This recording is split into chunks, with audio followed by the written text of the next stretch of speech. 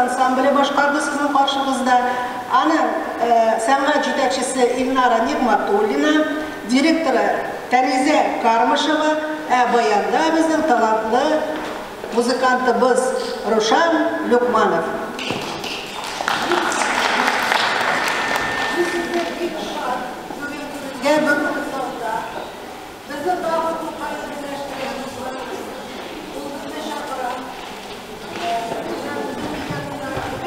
Раз.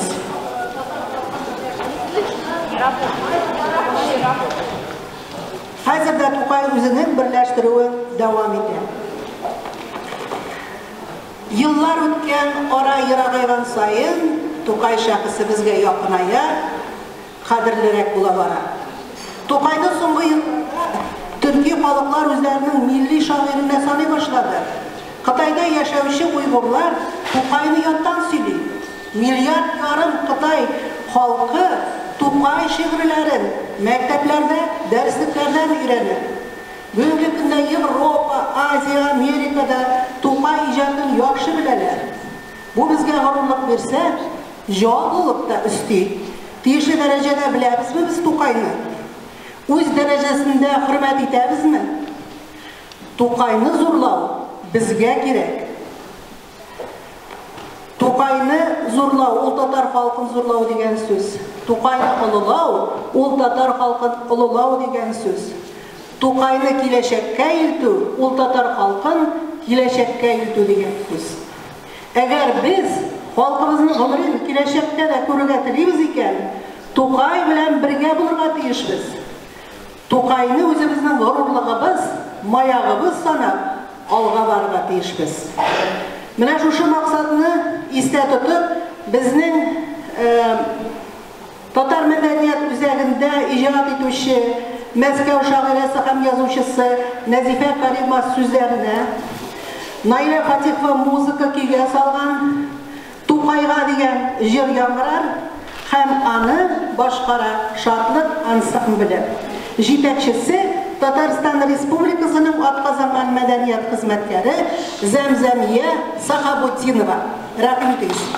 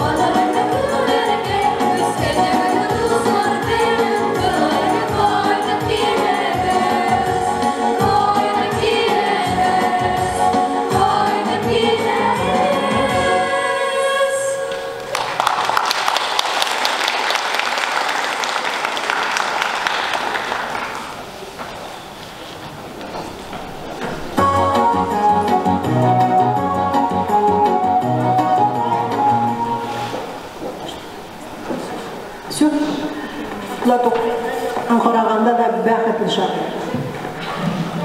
Милләттең иң вакытта туган, дөньяга килгән, милләттәшләре яшәгән, зыялылар арасында үз урынын тапкан, дуслар булдырган, хәтта үзе тәнкыйть иткән байларның ярдәменә, игътибарына ирешкән. 1907 елда Абдулла Тукай Казанга кайтты. Аңа кадәр ул Уральск шәһәрендә яши.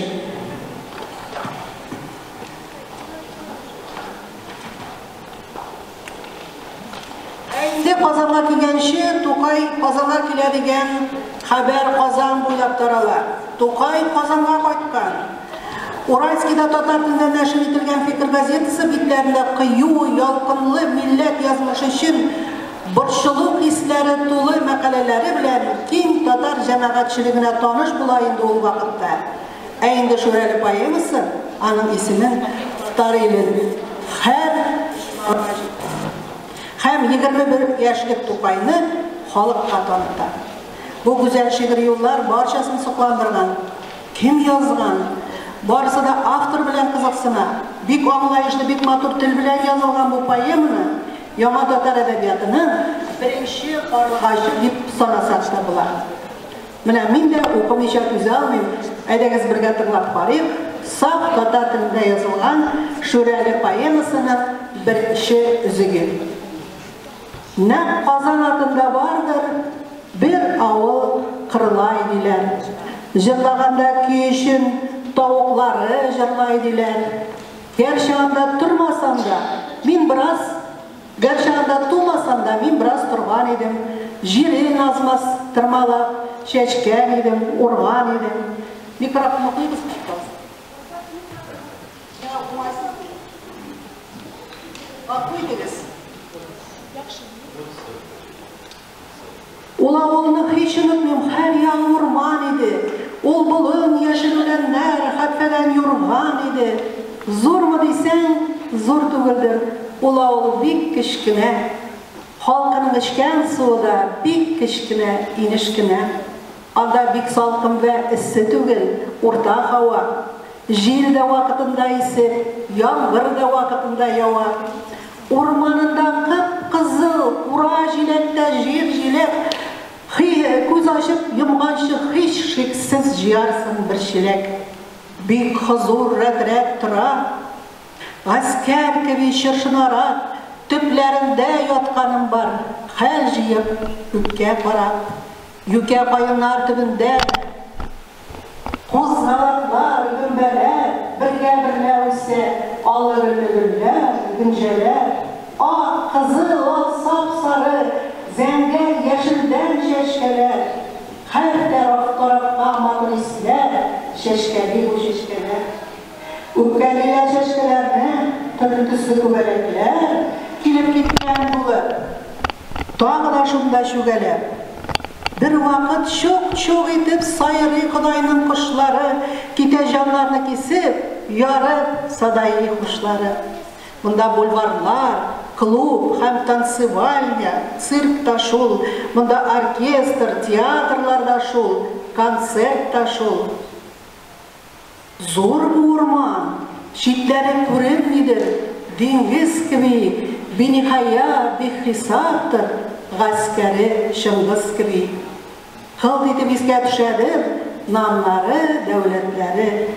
Карт бабайларның моны күрсәң, бөтен сәүләтләре. Ачыла алдында тарихтан театр пәрдәсе. Ак дисең, ник булайсың? Без дә халкның бәндәсе. Менә игътибар итегез әле соңгы 2 елны, рәхмәт. Тукайның чагыштыру юллары гына түгел, гаскәре Шыңгыз кеби ачыла алдында тарихның театр пәрдәсе. Үткән тарихыбызның, дәүләтебезнең юкка чыгуы белән борчылып язылган юллар бу. Чагыштыру юллары гына түгел. Һәм шуның өчен беренче бүлеге шулай бетә. Ак ник, ак дисең ник, без булайсың, без дә халкның бәндәсе.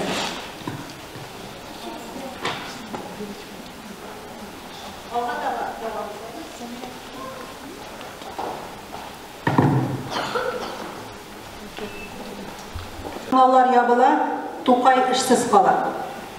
Бу 5-7 еллар, сез беләсез инде 5-нче ел, беренче демократик революция, татар газета журналлары ачылуга киң иркенлек биргән вакыт, ләкин 7-нче елда кара реакциялар башланган, газета журналлары ябыла башлый. Һәм менә Тукайда, Уральскийда, Фикер газетасында эшләгән вакытта бу газета ябыла. Нишләргә? Яңа газета чыгару эшенә керешергәме? Казаннан чакыру бар, әллә туган якка кайтыргамы? Туган як Казан һич тынды бирми. Уе белән инде ул Казанда. Парад шигыре шуның дәлиле. Хәзер сезнең каршыгызда татар моңнары бу җырны башкарачак. Рәхим итеп тыңлагыз.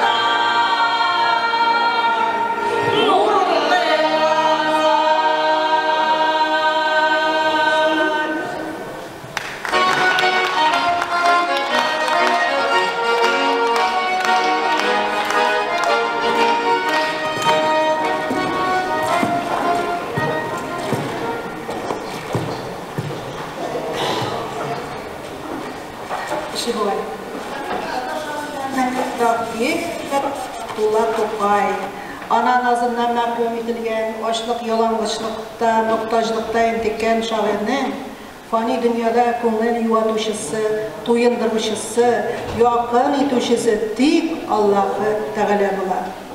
Дин белемен Казан артында Кырлай авылында иман шартыннан башлаган Тукай Уральскийда Мотыгыйлла хәзрә мәдрәсәсендә җәдидчә укып, дөньяви белемнәр алу белән бергә Иске мәдрәсә программасını яхшы үзләштерә. Гарәп, фарсы, төрек телләрен нечкәлекләренә кадәр өйрәнә. Иң кыйммәтле белем дин белеме була. Тукай динне беренче чиратта иман мәгънәсендә аңлаган, хөрмәт иткән. Шунлыктан Тукай гөнаһсыз яшь баланы да, мәңге төн булып күренгән бу дөньяда идеал утын эзләп юлга чыккан дахилне да Аллаға таянырга чакыра. Хәзер таян Аллаға дигән шигырьне укый Мәскәү кызы Камила Юнусова, аның укытучысы монда 20 елдан артык белем бирүче балаларга Асия апа Рахмани. Бер татарча сүз белмәгән бала сезнең каршыгызда хәзер чыгыш ясый. Күп конкурсларда җиңеп чыкты инде бу кыз. Әйдәгез белән алкышлар белән каршы алыйк. Һәм рәхмәт.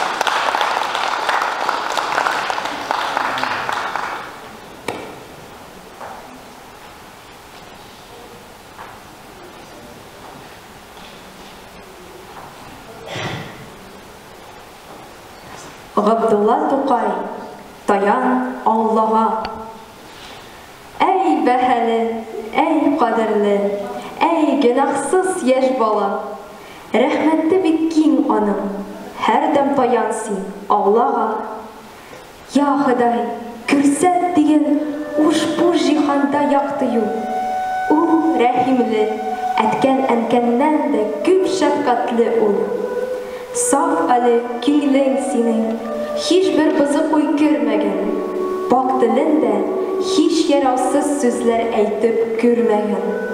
Pakjanın hem paktanın, barlık vücudun pak senin. Sen ferişte bolşıvısın, yüzlerin ap-ak senin. Kıyıldığa, ihlas bilen tizlen kıybla karşına. Bil onu, kürsiz köngülden doğru yol var karşına. Ey beheli, ey kadirli, ey günahsız yaş bala. Rahmette bikkim onun, her dem dayansın Allah'a.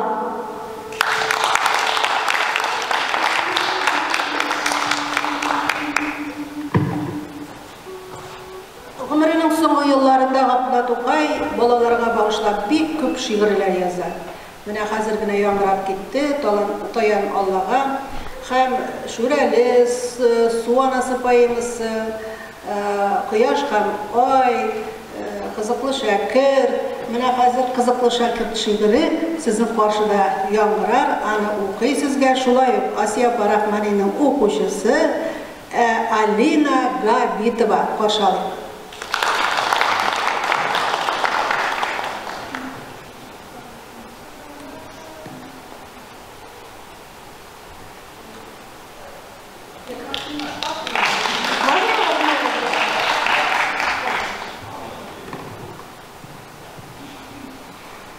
Abdullah Tokay kızıklı şeker.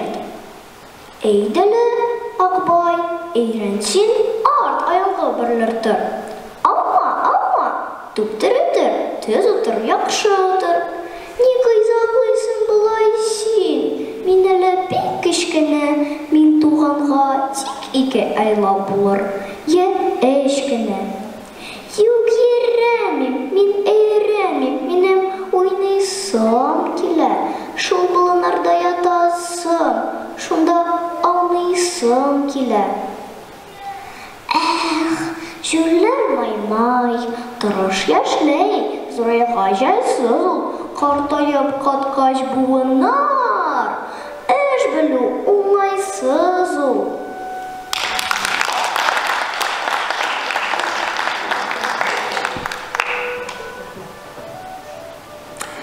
Devam ederiz.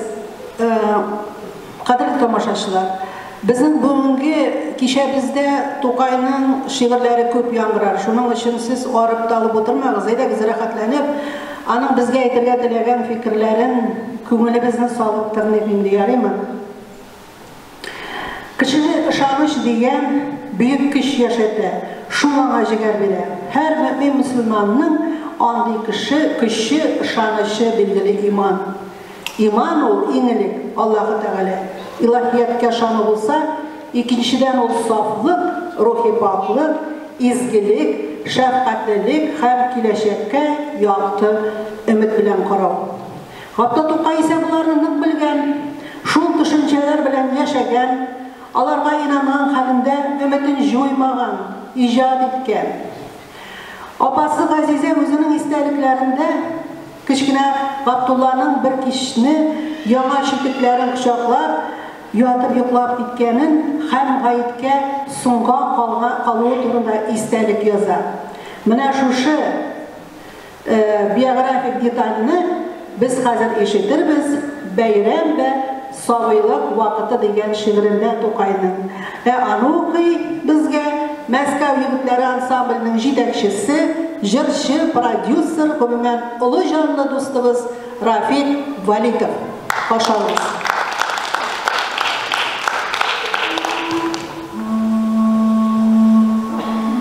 Sabı vakıtın sağınmakta her şairde, acı temli hıyaldır bu her şairge. Beyrem gitse, minin deysime düşe, oynamakçı bulan balalar bilen birge. Düşeyizke, verefek hiç yatkan çağım, uylap, payçandan deyip ulatmağan tanım. Dedi cidik, dedi külmek iştanlarını başlastıma eğip koyup yatkan çağım. Tan aldından yalgıcıklap gitken çağım. Düşümde de uğurlu berem kütken çağım. Enkeyimnin tavuşları kulağımda. Gayet ciddi, tırap bağım. Tan atkaçtın, uran duyup çapkan çağım. Günahsız kiliş, lezzet, huzur tapkan çağım. Құрбан ите, тірлік дәмле аш үстіне, ғай түкіп, кіле-кіле қайтқан чағы.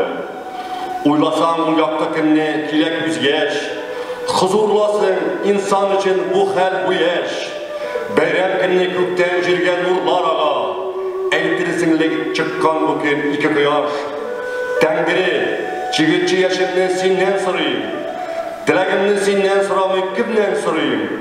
Бәйрәм кінне бір кіне сабып болып тұрайым, рахатланып, секіріп, күліп, ойнап берейім.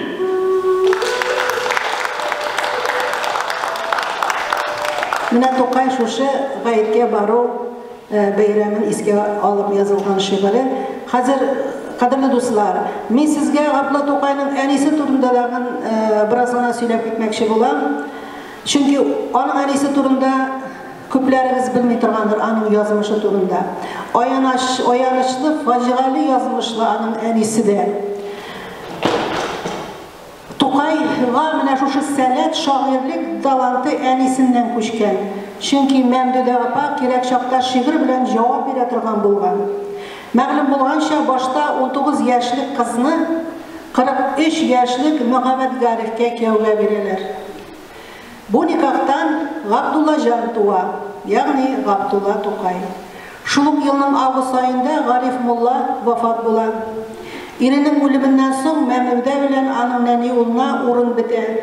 Алар яңадан Өчилегә Зиннатулла хәзрәт янына кайталар. Зиннатулла ул Мәмдүдә, әнисе Мәмдүдәнең әтисе, бик ярлы гаиләдә үсә Мәмдүдә ханым. Әтисе мулла булуга карамастан. Тик биредә Мәмдүдәнең эчәр суы, ашар ризыгы аз булган һәм 1888 елны әтисаны сасна пушинкасының 69 яшьлек Мөхәммәд Шакир исемле мулласына кияүгә бирә.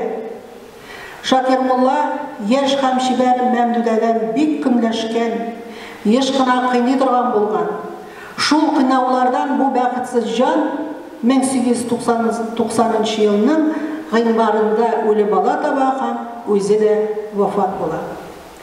Үләр алдыннан Мәмдүдә үз янына Габдулланы чакыра. Ул килгәч, "Эй балам, мин сине үстерә алмадым, бәхил бул" дип Габдулланы әкрен генә сөя. Озакта үтмәй, газапланып җан бирә. Бу аның исемдә калганнар дигән автобиографик повестеннар. Менә җаннарны тетрәндерлек Өзелгән өмет шигырендә Тукай әнисенә йөрәгеннән сыкрап чыккан иң улы мөхәббәтен, иң изге хисен җиткерә. Бар күңелләрдән җылы, йомшак синең кабилең ташы. Шунда тамсын күз яшемнең иң ачы һәм татлысы.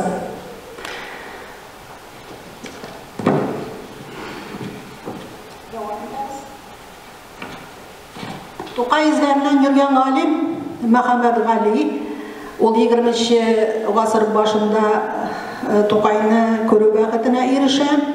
Һәм менә аның истәлегендә мондай юллар бар. Көннәрнең берсендә Тукай Болгар номерларында үз бүлмәсенә утырганда бик матур бер җыр тавышы ишетә. Үзенең халык җырларына, халык көйләренә булган зур мәхәббәт аркасында ул чыдый алмый, коридорга чыга.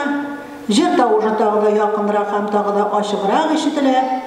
Ирексез шул тавыш килгән якка китә. Ул вакытта бик сирәк җырланган көй булганлыктан, Тукай бу көйнең нинди көй булганлыгын да тиз генә аңлап җитә алмый.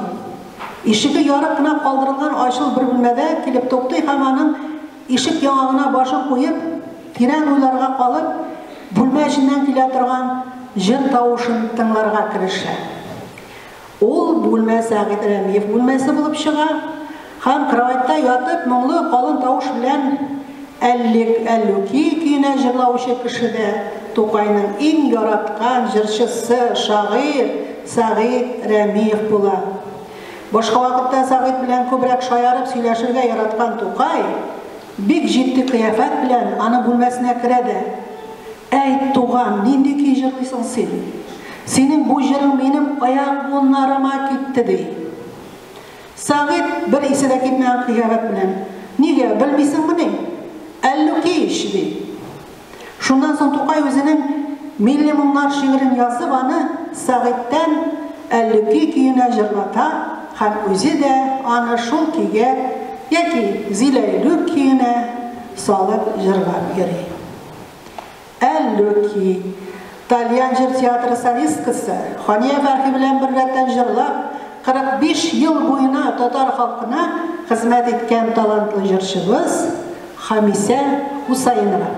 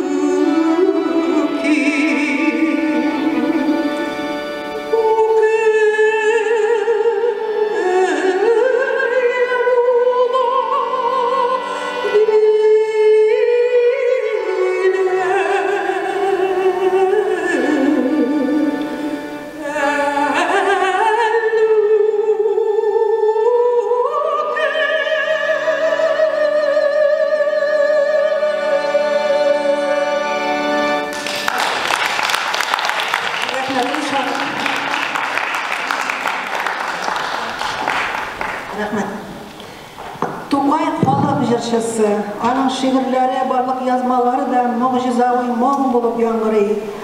Аңа халык шагыйрь исемен бернинди дә указ белән бирмәгәннәр. Менә моңа игътибар итегез. Тукайга халык шагыйрь дигән исемне халык үзе биргән. Милләт биргән исем ул. Мине әгәр синеке дип исәпләсәләр, мин бәхетле дип язган Тукай. Милләт халык хыялын барлык хыяллардан да татлырак санаган. Әгәр милләт мине илтифат итеп искә алса, шул минем максатым, теләгем һәм бәхетем. Хәзер тагын бер шигырь укып китәм. Рәхим итеп тыңлагыз. Ана дуасы дип атала ул. Менә кич зур авыл өстенә чыкты нурлы ай калкып, көмешләнгән бөтен илләр вә сахралар тора балкып. Авылтын иртәнгә кичкә кадәр хезмәт итеп арган халык йоклый, каты, тәмле вә рәхәт йокыга талган. Урамда үрмитләр дә, авыл үлгән, тавыштың юк. Авыл кырыенда бер өйдә faqat sönmey tura bir ot. Ana şol işinde yestüğünden sonra bir parçık namazlıkka oturgan.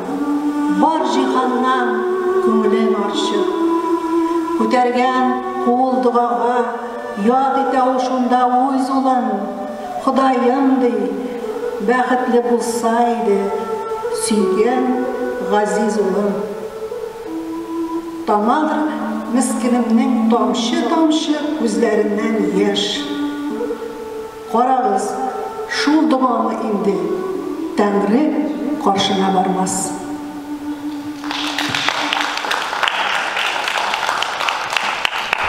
Anlağan, hem bu maydan ol, Serlevhasiz degan şiirinde bulay yazar. Qo'zg'atmoqchi bo'lsang xalq ko'ngilin, tebratmoqchi bo'lsang ingichka aqllarin, kuylav deyish albatta oshiq hasrat kuyin. Kerak tug'il, ma'nasi yo'q, kulki o'yin. Shoirlar yozgan jillar arasında taftilawdan da kuchliroq jir yo'q. Nindi ilahi kuch var bu jirda. Tümlüyüm bütün dünyamı unutam. Ko'nglim sızıp qına yılay. Alla narsa var bu jirda. Bir uylasam, To'qayning o'z kechirishlari kebek yetimlik, anisinden ayrılığı aşısı, ko'z yaşı. Bu jirning kishi ko'z yashida tug'il. O sen alla qaylarga, tarixqa, yazmışqa kirib ketar. Ko'ngil negadir yazmış turunda oylana, bir şular. Bu yerning tarixi bek terende yata. Negizinde ernib. To'qayning bu yeri bizni mangu g'azablar uchun yozilgan shekilli. Bu yo'llarni o'zining ijodining ko'p ulushini To'qayni o'rganishga bag'ishlagan shoirimiz Sibg'at Hakim so'zlari. Hozir taftilavki yangray, ana boshqara do'stlik ansamblining yetakchisi mungli tovushli jirchimiz Raisa Kabirova.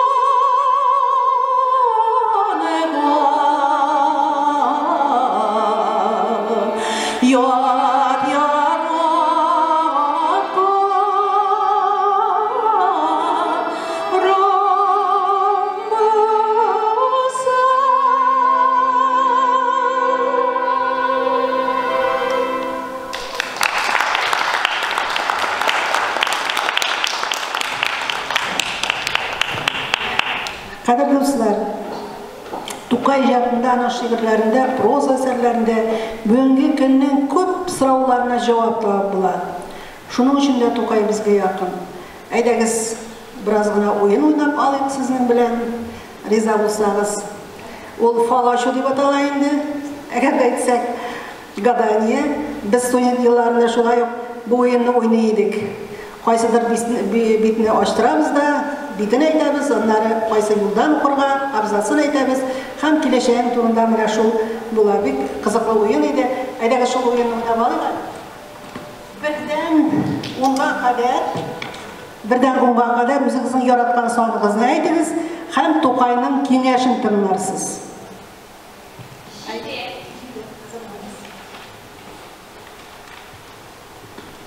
Альбинага киңәше Тукайның. Якын дустым, сиңа миннән киңәш шул. Кешеләргә сиреңне сөйләмәс бул. Эшеңдә нәрсә яңганын үзең бел.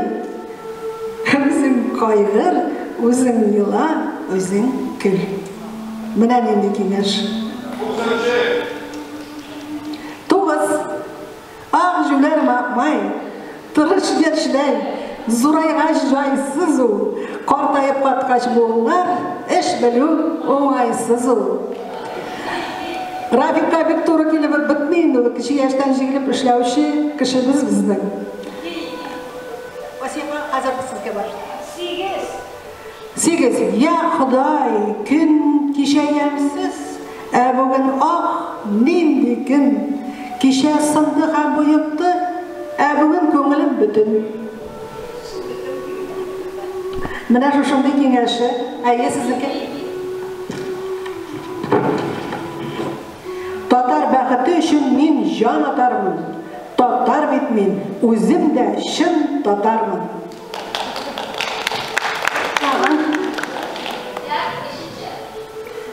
5. Кем белер кадереңне җаным, дәртле күңелең булмаса, наз итәр кемнәргә гел, каршыңда был булмаса. Вот асыл. Таң кемнәрнең? Назиф апа, сездә бер номер әйтегез инде. 7-нче номер булдымы? 7 булды инде. 8. Булды. 6 юк, 6. Ничә? 2 булды. 6 юк, 6. 6.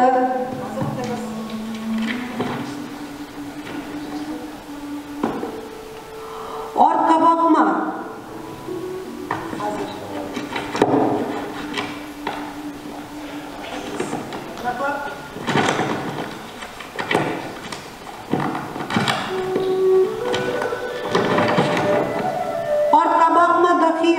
İdeal hamanda alda ol. Alga barganlarga tek tabıla табылса, Allah ol. Kim әйтәр бу номерны? Менә инде. Әйдәгез, 10-нчы номерны әйтүче булмадым бай. 10-нчы. Көрәш юлында ар, тал, тирлә, имгән. Өмет итмә булышмакны сараннан түбән җанлы кешедән. Менә өмет итәргә кирәк улы җанлы кешеләргә. Кайсы номердан калды? Теләүчеләрегез бармы? 3 калды. 3. Кайсыгызга? 3. Җиһанда үлми, һәрбер ыңгырашкан, һәм юлны тапмый калмый, һәр адашкан. Вот, юл һәр вакытта дөрес юл табыла. Менә Тукайның нинди олуг киңәшләре калган безнең өчен. Әйдәгез Тукай иҗатын өйрәнеп, китапларын укыйк. Дәвам итәбез үзебезнең кичәбезне.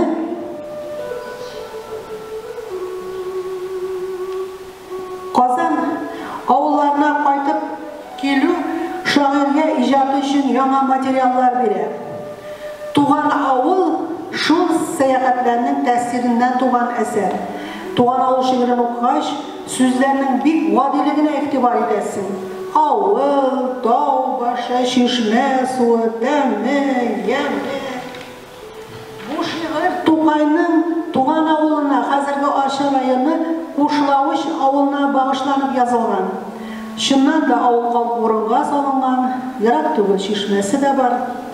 Башка килгән икенче фикер. Нигә туган авыл? Нигә туган авылым түгел? Хикмәт шунда. Сүз конкрет авыл турында гына бармый. Ул гомумләштерелгән образ. Халыкның яшәү урыны. Бу бит минем туган авылым турында язылган дип тә уйлап куясың. Хәзер әйдәгез, тыңлыйк әле.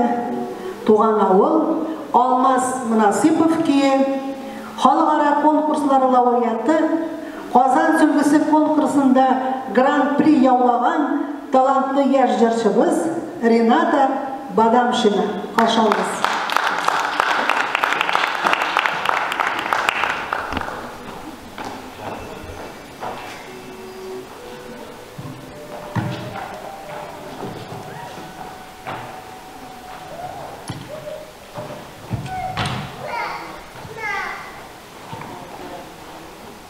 Хәерле көн. Габдулла Тукай сүзләре Алмаз Мөнасипов кие, туган авылым.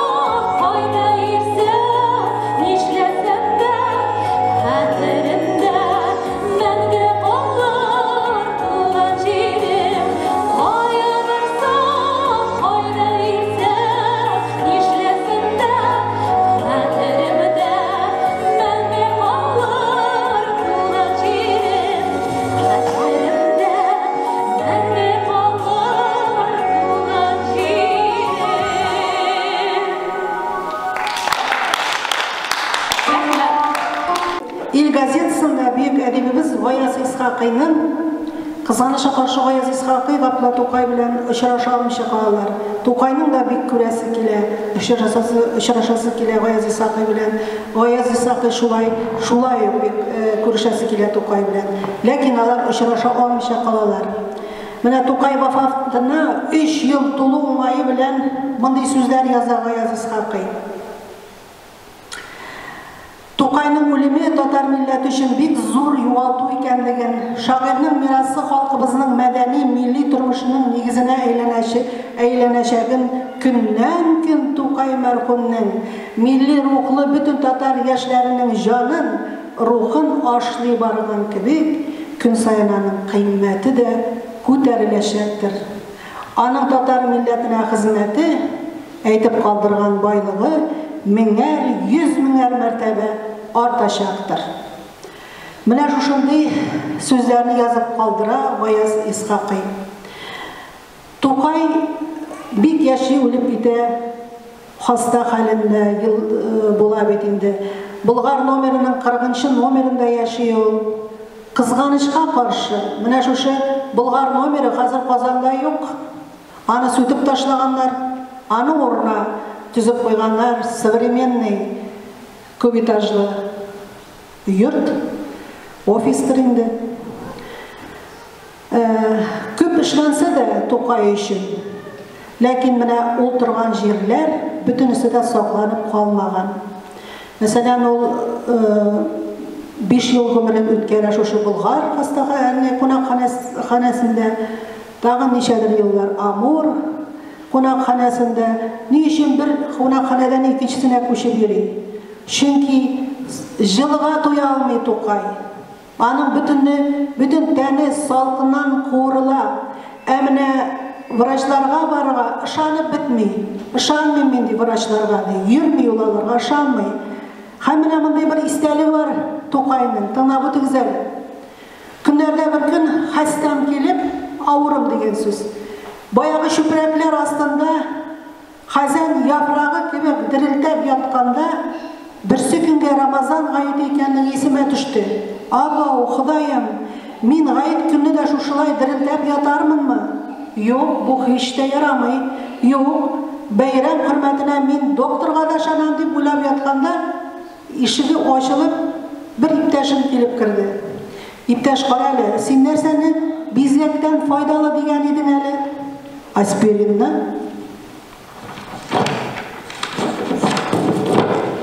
Зинһар, иптәш, шуны алып кайтсана. Иптәшем даруны алып кайтты. Менә сиңа бер сөкөн. Гает җитте.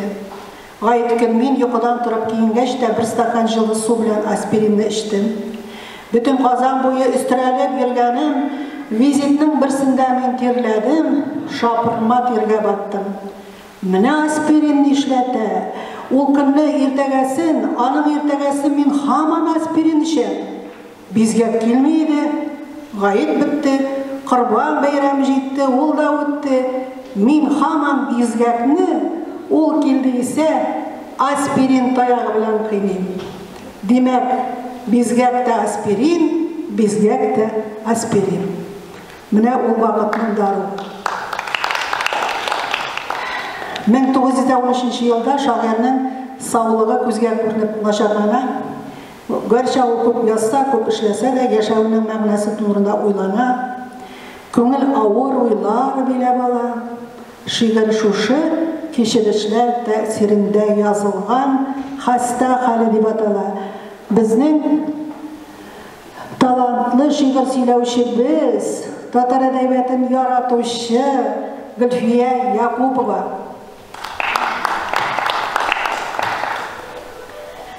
Хаста хәле Габдулла Тукай. Көн туа. Мин һәр көнне хикмәт, мәгънәдән бик зур эш күрәм. Күз йомалмыйм төн буе. Йомсам, кытышкыч төш күрәм. Юк янымда чын кеше булсанда да мин чит күрәм. Белмәдем капшап, фақат һәр йөздә кагаз бит күрәм. Иман, мәрхәмәт, шәфкать, мәхәббәткә тамам.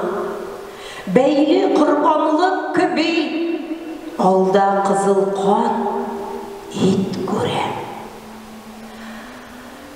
Кышта очкан күбәләк төсле, гүзәл кызлар миңа. Ник йөриләр дим, кирәксез bir şuarlıq dip күрәм. Җирдә нык басмыйм, аяк астында йомшаклык күрәм. Эй үлем, мин синдә бер хәсрәт, бер шатлык күрәм. Акмый тышка мәгънәләр, кипкән күңелнең чишмәсе. Калган урнында хәләкәт чыкыры, батқақлық көрем. Yok нәжәт, фикрем шиірсем де өзімнен өзгеге. Қызғын ислам гәудесінде, қағбәсінде бат көрем. Тек бұлай бір аурумын ма, әлі Обломовтамы?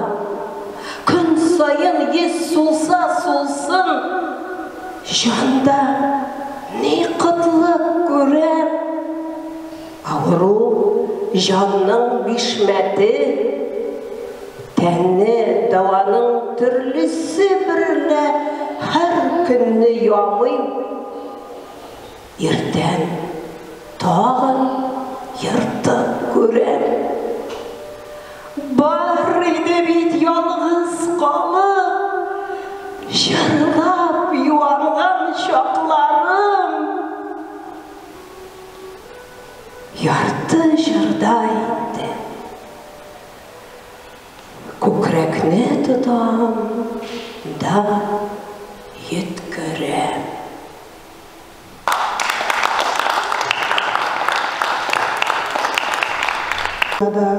Қазан сәлеметлендіру министрлігі деп аталған Министерство здравоохранения. Шурда төп врачның бөлмесі, кабинеті. Шуның үшін бұл истәлік сақланған, Аллаға шүкір. Әлі біз бүгін Тоқай һәм мәхәббәт темасына қағылмаған едік, едігіз шуның тұрыда сөйлеп алайық әлі. Хатын-қызлар тарафынан Ғапла Тоқай өзіне иқтибарны сезе. Әмма бұл шырақта ол бик сақ. Көбісіне аның дуаны христиан үстін түгіл мекен деп ойлай. Хәм барыбызға да белгілі болған есім Зәйтүнә Мәулудова, Тоқайда мәхәббәт христианын уятқан қыз боларақ тарихқа кіріп қалған. Аларның ұшырашулары да енді зор ұшырашу деп әйтмәс едім мен. 3-4 мәртәбә ұшырашқаннар. Тоқай ғымымен хатын-қыздардан ұялған. Хәм Фатих Амирхан, мына шушы Зәйтүнә Мәулудованың туған тиеш кішісі ұлық язучыбыз. Тоқайдан сұрай, нишәп қызлардан қашасың дей, оларны таныштырмақшы бұла қызлар білән. Хәм Тоқай әйтә бір сөйләшуінде: "У меня печать проклятия."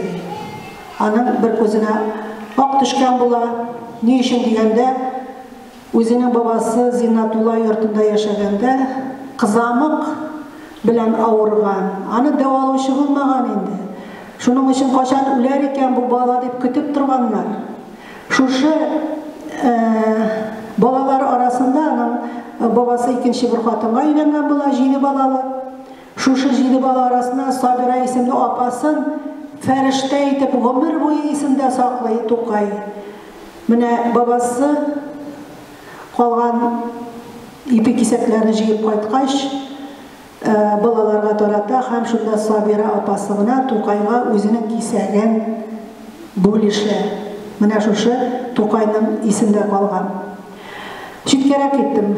Менә шушы Зәйтүнә Мәулудова истәлекләр язды. Аның улы Атилла Расих. Ишеткәнегез бардыр, шулай безнең күренекле язучы. Шушы әнисенең шушы зур язучыны бүләк иткән ханым ул Зәйтүнә Мәулудова. Әйткәнемчә, алар берничә мәртәбә генә очрашалар, ләкин шушы мәхәббәт хисләренә көчле ялкынлы мәхәббәт яшәде яны булып кына калган билгеле, безгә шагыйрьнең дәртле сөю хисе, гүзәл җимешләрен ядкар итеп калдырган, мәхәббәткә багышланган шигырьләре Тоқайның бик күп. Кем белер кадереңне җаным, дәртле күңел булмаса, наз итәр кемнәргә гөл, каршында был булмаса. Бу җырны хәзер сезнең каршыгызда башкара Наиля Дусметова, Татарстан Республикасының атказанган сәнгать эшлеклесе, вокал студия җитәкчесе, бу җырга көйне язган Рөстәм Яхин. Каршы алыгыз.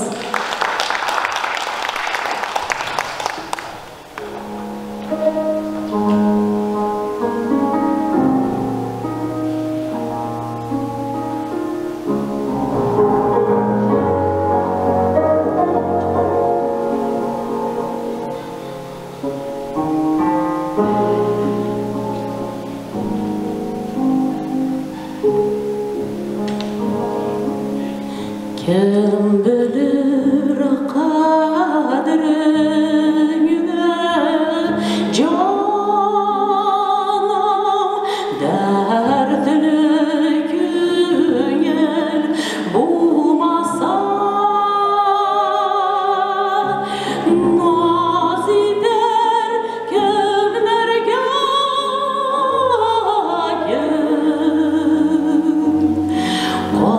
karşında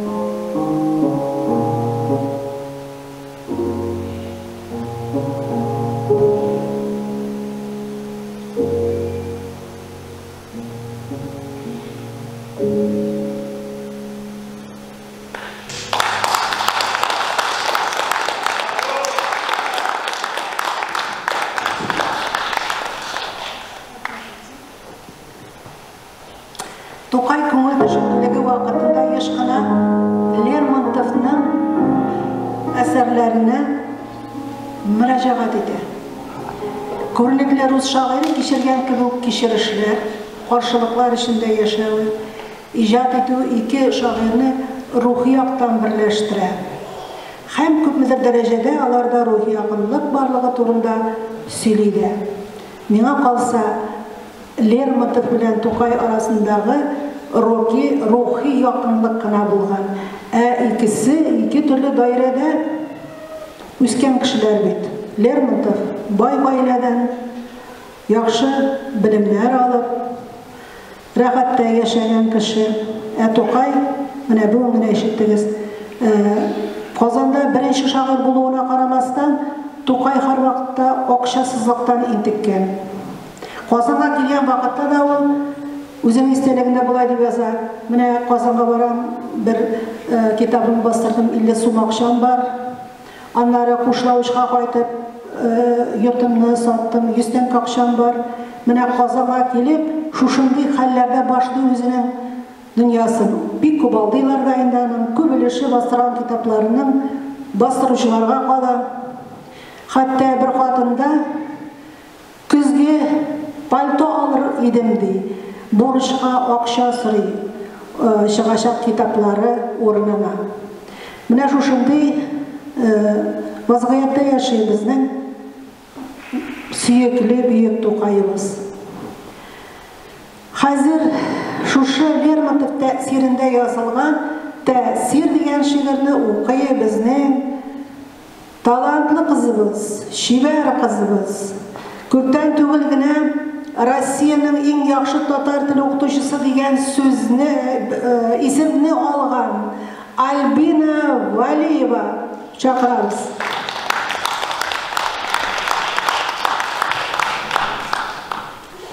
Гомернең иң читен, жайсыз, уңайсыз бер минутында, әгәр янсам каты хәсрәт вә кайгының минутында, укый тиз-тиз күңелдән бер гаҗәеп сүрә Коръәннән, газаплар мәгънәви бер кул илән алынадыр җаннан. Оша күңелдән бөтен шик-шөбһәләр, һәм мин җылый башлыйм. Ямакларны мөкаддәс күз яшемлә инҗели башлыйм. Бөтенләй сафлана күңелем, укыйм иман, булам мөкмин. Килә рәхәт җиңеллекләр, азат булам авыр йөктән. Ходай, син тыйган эшләр тәмам кирәксез вә яраксыз дим. Иям баш сәҗдәгә, Аллаһы хак, Аллаһы әкбәр дим.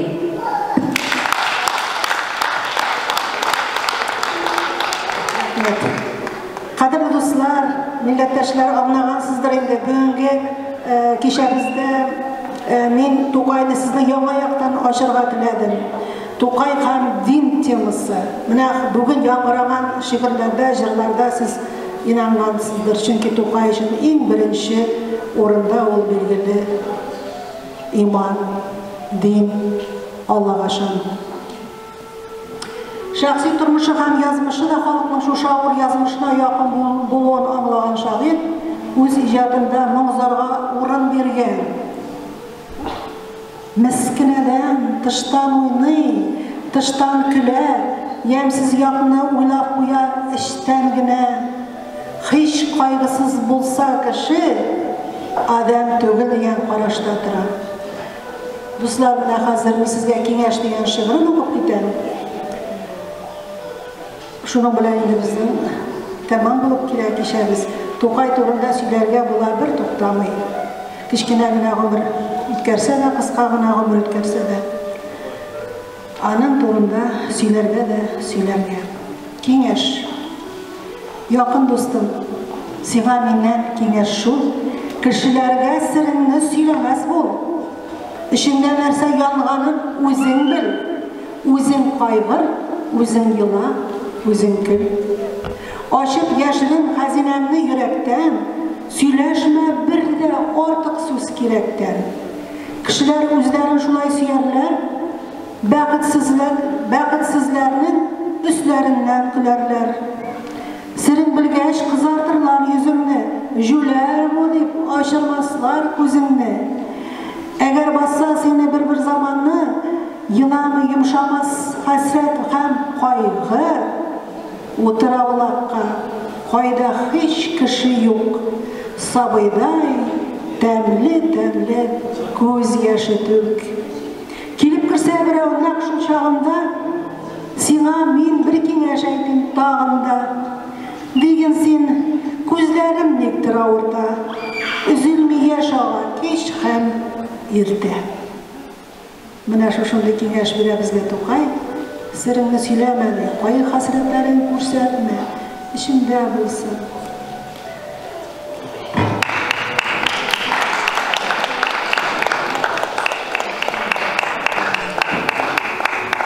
Без 20-нче гасырда Тукай белән яшәдек. 21-нче гасырга Тукай белән атлап керәбез. Тукай мирасы яшәгәндә милләтебез дә яшәр. Татар халкы милләт булып яшәгәндә Тукай да яшәр. Тукайны өйрәнү, иҗатының әле билгеле булмаган якларын ачу, аны зурлау, аның бөеклеген буыннан буынга җиткерә бару галимнәребезнең, әдәбият белгечләренең, дин әһелләренең һәм укытучыларның изге бурычы.